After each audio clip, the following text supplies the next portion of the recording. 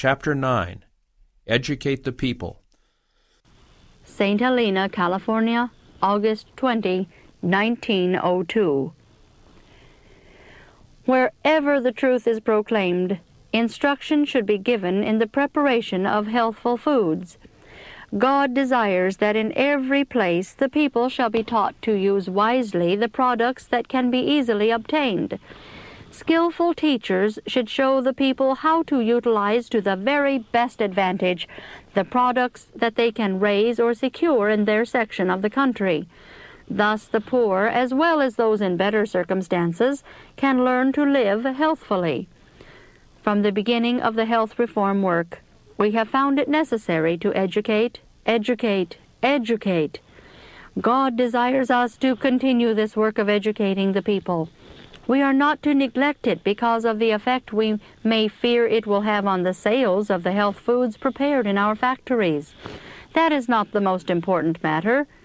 Our work is to show the people how they can obtain and prepare the most wholesome food, how they can cooperate with God in restoring His moral image in themselves.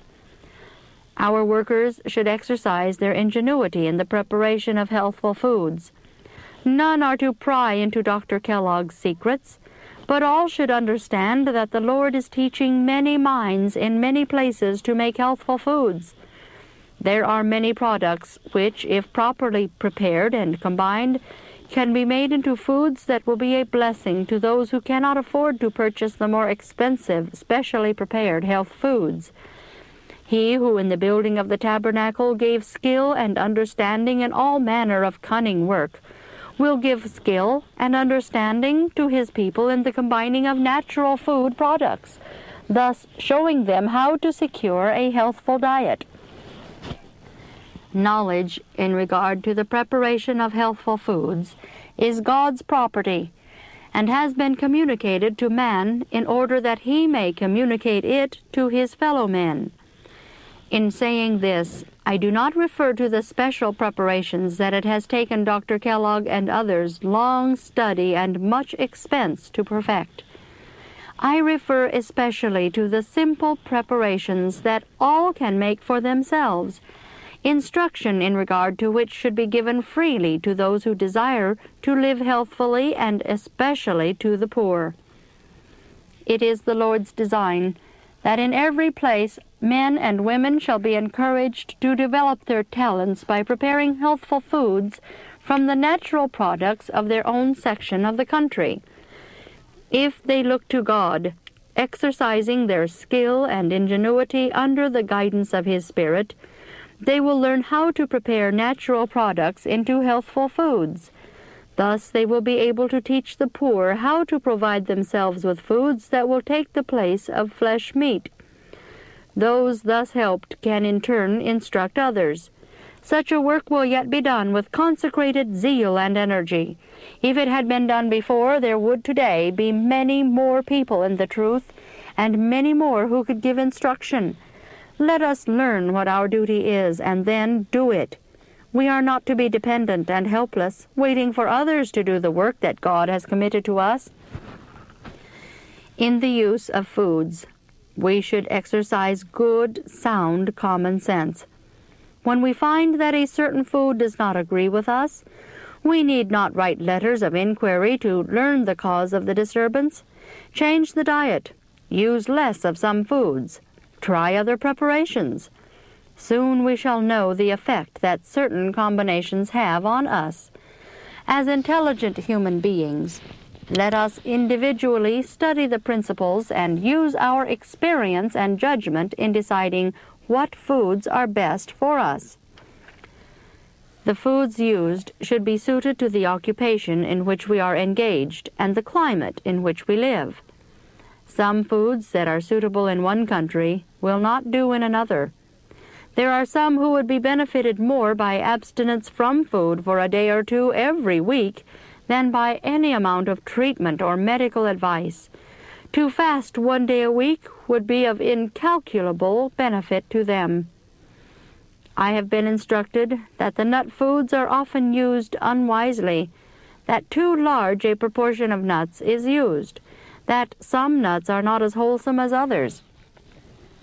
Almonds are preferable to peanuts, but peanuts in limited quantities may be used in connection with grains to make nourishing and digestible food. Olives may be so prepared as to be eaten with good results at every meal. The advantages sought by the use of butter may be obtained by the eating of properly prepared olives.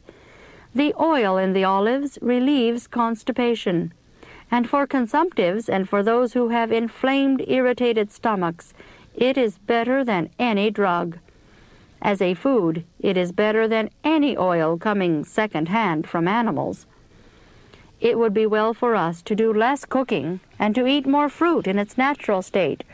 Let us teach the people to eat freely of the fresh grapes, apples, peaches, pears, berries, and all other kinds of fruit that can be obtained. Let these be prepared for winter use by canning, using glass as far as possible instead of tin. Concerning flesh meat, we should educate the people to let it alone. Its use is contrary to the best development of the physical, mental, and moral powers, and we should bear a clear testimony against the use of tea and coffee. It is also well to discard rich desserts. Milk, eggs, and butter should not be classed with flesh meat. In some cases, the use of eggs is beneficial. The time has not come to say that the use of milk and eggs should be wholly discarded.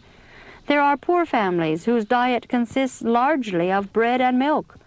They have little fruit and cannot afford to purchase the nut foods. In teaching health reform, as in all other gospel work, we are to meet the people where they are.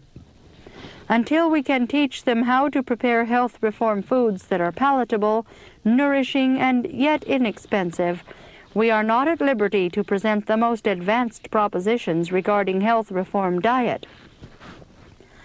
Let the diet reform be progressive. Let the people be taught how to prepare food without the use of milk or butter. Tell them that the time will soon come when there will be no safety in using eggs, milk, cream, or butter, because disease in animals is increasing in proportion to the increase of wickedness among men. The time is near when, because of the iniquity of the fallen race, the whole animal creation will groan under the diseases that curse our earth. God will give His people ability and tact to prepare wholesome food without these things. Let our people discard all unwholesome recipes. Let them learn how to live healthfully, teaching to others what they have learned. Let them impart this knowledge as they would Bible instruction.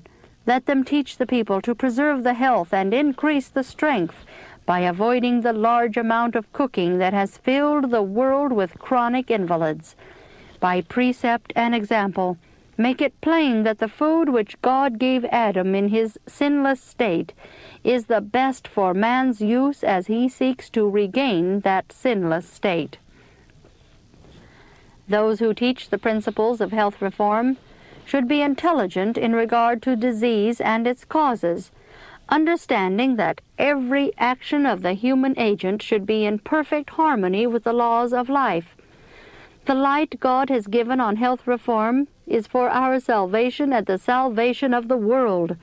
Men and women should be informed in regard to the human habitation, fitted up by our Creator as His dwelling place, and over which He desires us to be faithful stewards.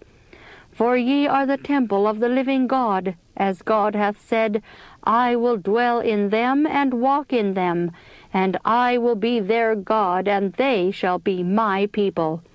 See 2 Corinthians 6:16.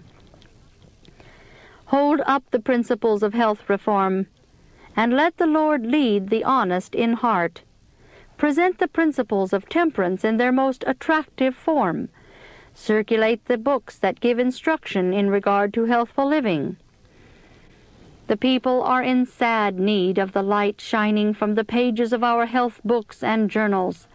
God desires to use these books and journals as mediums through which flashes of light shall arrest the attention of the people and cause them to heed the warning of the message of the third angel. Our health journals are instrumentalities in the field to do a special work in disseminating the light that the inhabitants of the world must have in this day of God's preparation.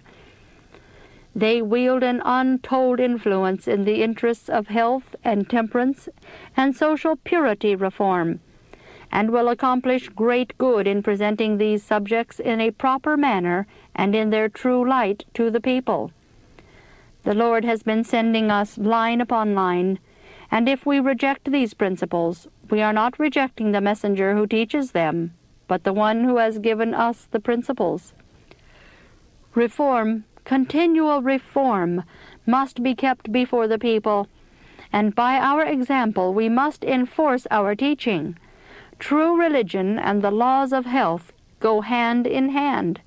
It is impossible to work for the salvation of men and women without presenting to them the need of breaking away from sinful gratifications which destroy the health, debase the soul, and prevent divine truth from impressing the mind.